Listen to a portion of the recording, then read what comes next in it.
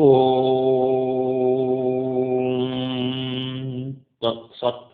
કૃષ્ણં વંદે જગદ્ગુરું ધર્મં ચર સત્યમ વદ. પુસ્તકનું નામ છે શ્રીમદ ભાગવત એકાદશ સ્કંદ સમશ્લોકી અનુવાદ સંત રાધેશ્યામજી કૃત. અધ્યાય 13મો સત્વગુણથી જ્ઞાનનો ઉદય એટલે ચિત્ત તથા વિષયનું અલગ થવું.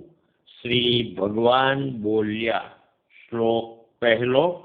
સત્વરાજસ્તમો ગુણો પ્રકૃતિના ન આત્મના. રાજસ્તમો હણી સત્વે સમાવે સત્વ શાંતિમાં. મતલબ અર્થ છે દયા ક્ષમાદિ સદવૃત્તિ સમાવી શાંત રાખવી. શ્લોક બીજો. સાત્વિકા સાધનો સેવે જને સત્વ વધે ઘણો. વધ્યા સત્વે વધે ધર્મ મારી ભક્તિ સુલક્ષણો. વધેલા સત્વથી ઊંચો ધર્મ ટાળે રજસ્તમો. હણાતા બેઉ આ મૂળો અધર્મ ના રહે ઉભો. શાસ્ત્રો પાણી પ્રજા દેશ કાળને જન્મ કર્મને. સંસ્કાર ધ્યાનને મંત્ર આ દસે ગુણ હેતુ છે. જેની સ્તુતિ કરે આમાં વિદ્વાનો સાત્વિકા જતે. નિંદે તે તામસી વસ્તુ રાજસ માટે ન કંઈ કહે. સત્વગુણ ઉદે થાવા સેવે સાત્વિક સાધનો. જેથી ધર્મ વધે જ્ઞાન પ્રભુ સ્ફૂર્તિ સમે ગુણો. ઘસાતા વાંસ થયો અગ્નિ બાળીને વન તો સમે. ગુણ ક્ષોભે થયો દેહ જ્ઞાને ગુણો જડી સમે. ઉદ્ધવજી બોલ્યા. મનુષ્યો કૃષ્ણ જાણે છે વિષયો દુઃખ મૂળ છે. છતાં ગધા અજસ્વાન જેમ વિષય ભોગવે. શ્રી ભગવાન બોલ્યા. અજ્ઞાને દિલમાં થાય દેહે હું માન્યતા જૂઠ. સાત્વિકા મનને ઘેરે દુઃખ મૂળ રજોગુણ.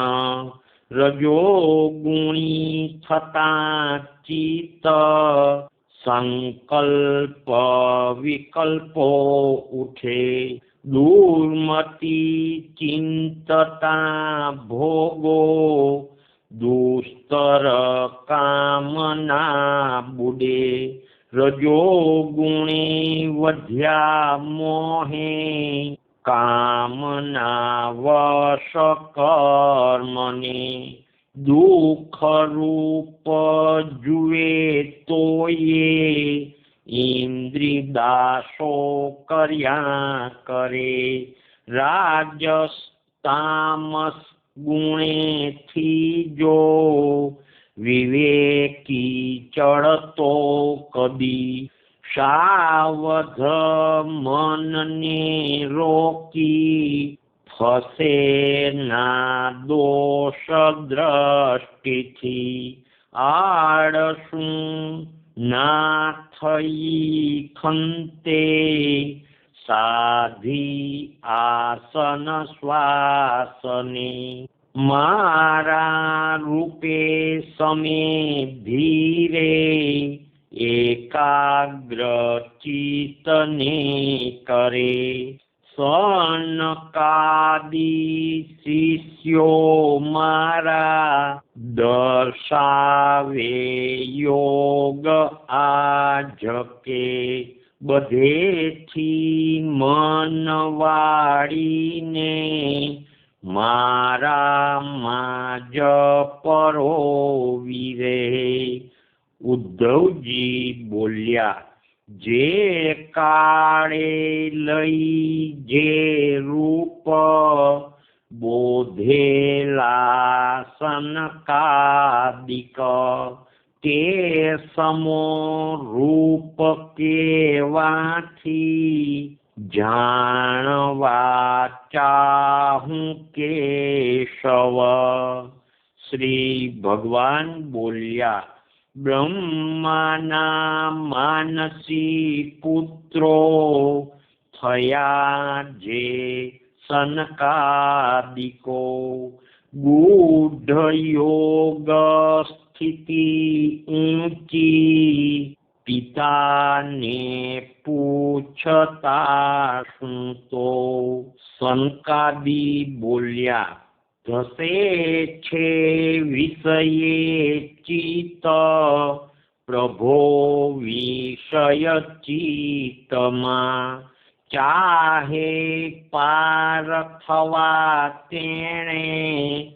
બે જુદા કેમ પાડવા આગળ હંસ ગીતા શ્રી ભગવાન બોલ્યા સૃષ્ટિને સર્જતા મોટા પોતે દેવ સ્વયં ભૂને વિચારે પ્રશ્નનો મર્મ સૂજ્યું ના કર્મ વ્યગ્રજે પ્રશ્ન પાર થવા જ્ઞાન ચાહતા દેવે મને સ્મર્યો હંસ રૂપ ધરી ત્યારે તેઓની પાસ હું ગયો જોતા અગ્રે કરી બ્રહ્મા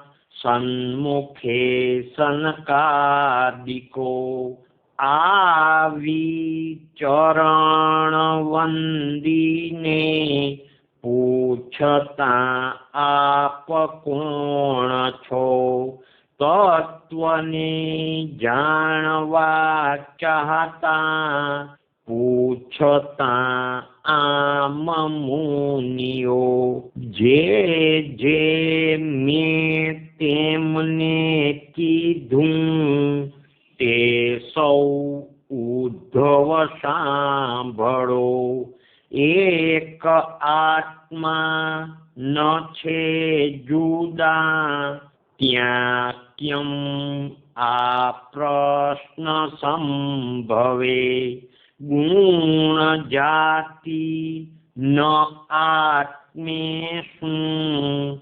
આધારે બોલવું ઘટે પાંચ ભૂત શરીરો સૌ વસ્તુતાએ સમાન છે કોણ છો આપ એ પ્રશ્ન બોલવા માત્ર વ્યર્થ છે દ્રષ્ટિ વાણી મનેથી કે કળાયે અન્ય ઇન્દ્રિયથી હું જ છું તે ન કંઈ જુદા મારાથી સમજો મુનિ વિષયે ચિત્ત ચોંટે છે વિષયો ચિત્તને ગ્રસે હું રૂપ જીવ દેહે આ પુત્રો વિષય ચિત્ત બે વિષયો સેવતા નિત્યે વિષયે ચિત્ત તો રમે વિષયો ચિત્તમાં ઉઠે બંને હું રૂપ થઈ તજે જાગ્રત સ્વપ્ન કે નિદ્રા અવસ્થા બુદ્ધિની ગુણે જીવ સાવ જુદો તેથી સાક્ષી જોનાર નિશ્ચયે આ અવસ્થા વડે આત્મે સંસારી બંધ થયા તજે પહોંચે તુર્યે પદે ચિત્ત વિષયો બે જુદા પડે અહંકારે થતા બંધો અનર્થ રૂપ આત્મને તેથી ઉદાસ થઈ જ્ઞાની ચોથે પદ ન ચિંતરે જ્યાં સુધી ભેદ બુદ્ધિ થઈ યુક્તિથી ના સમે નરે જાણતો તોય છે અજ્ઞ સ્વપ્ને શું જાગતો ગણે આત્માથી ભિન્ન જે ભાવો મિથ્યા સૌ ભેદ તે થકા ગતિ કર્મો ફળો મિથ્યા પદાર્થો જેમ સ્વપ્નના જે જાગતા ક્ષણિક ભોગ પદાર્થ સેવે ઇન્દ્રિય વડે ઉરવિશે પણ તેજ સ્વપ્ને નિંદ્રા વિશે પ્રભુ સમેટ તેજ આત્મા સાક્ષી દશા સકળ જાણત યાદથી આ ગુણે થઈ ત્રણ દશા મન લક્ષ લેને માયા વડે જૂઠ હું માં સમજી નકી તે સદબોધ જ્ઞાન અનુમાન સજેલ ખડગે સૌ સંક મૂળ હણ હું પદ સેવ મુને આ સૃષ્ટિ ખેલ મનનો ગણ ભ્રાંતિ માત્ર ઉંબાળિયા સમકળા તક્ષણે વિનાશ છે આત્મ એક બહુ ભાત જણાય માયા સ્વપ્ના સમા ગુણ થકા ત્રણ ભેદ મિથ્યા ખેંચી લઈ મન બધેથી સમાવી તૃષ્ણા થઈ શાંત કઈ ન કરવું સુખ આત્મ પાવા દેખાવ માત્ર વ્યવહાર હયાત દેહે મિથ્યા જ વસ્તુ કળકામ ન ત્યાં મોહે બેભાન મસ્ત મદિરા થકી જે થયો તે છે કે ન અંગ પર વસ્ત્ર ન જાણતો તે બેઠો ઊભો ફરત દેહ ક્ષયી કરે જે પામી સ્વરૂપ નિજ સિદ્ધ થયો ન પેખે પ્રારબ્ધ કર્મ ઉપજેલ શરીર સાચે રે કર્મ ભોગ પૂરતું મન પ્રાણ સાથે જાણેલ વસ્તુ પર સિદ્ધ સમાધિ પામ્યો સ્વપ્ના દેહ પરિવાર ભજે ન ખોટો સાંખ્ય ને યોગ શાસ્ત્રોનું રહસ્ય મુનિ મેં કીધું આત્મધર્મ બતાવાને આવ્યો જાણો હું વિષ્ણુ છું યોગ ને સાંખ્ય સદધર્મે પડાતા સત્ય તેજથી લક્ષ્મી કીર્તિ દમાદિથી પામવા યોગ્ય હું મુનિ નિર્ગુણ પ્રિય હું આત્મા નિરપેક્ષ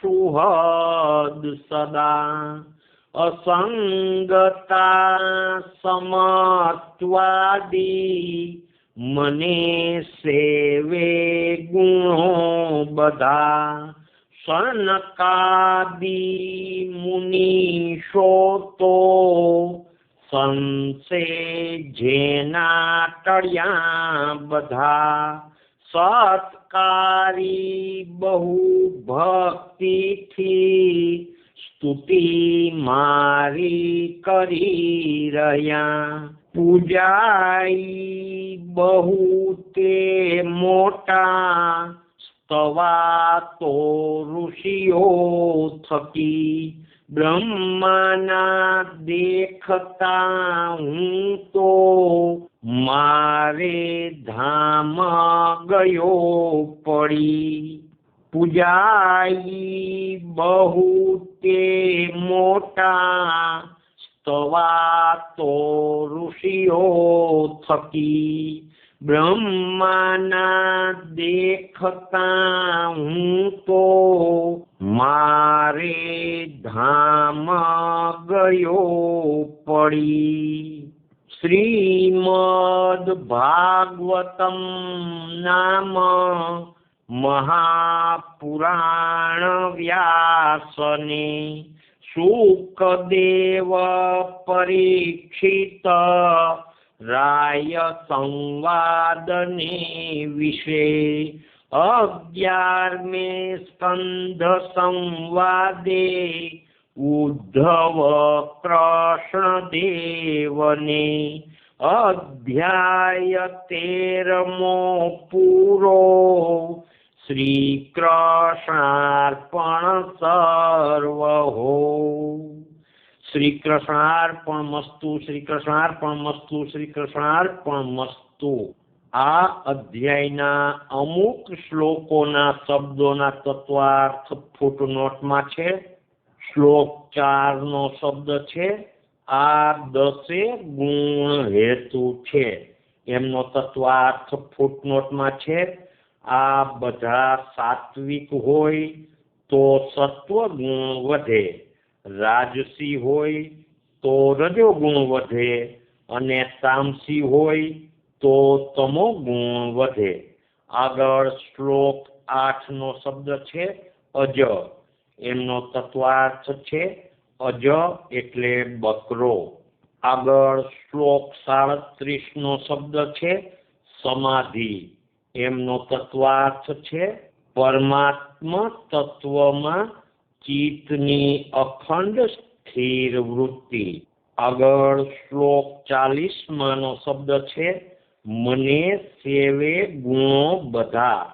એમનો તત્વાર્થ ફૂટનોટમાં છે બ્રહ્મ દશા પામવી હોય તો આ દશા જેને આધીન છે તે ભગવાનને ભજવા જોઈએ. શ્રી નારાયણ ભગવાન કી જય.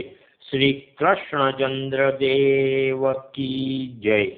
દ્વારિકાધીશ કી જય. રણછોડરાય કી જય. નરસિંહરામ મહારાજ કી જય. સદગુરુદેવ કી જય. રાધે શ્યામ રાધે શ્યામ.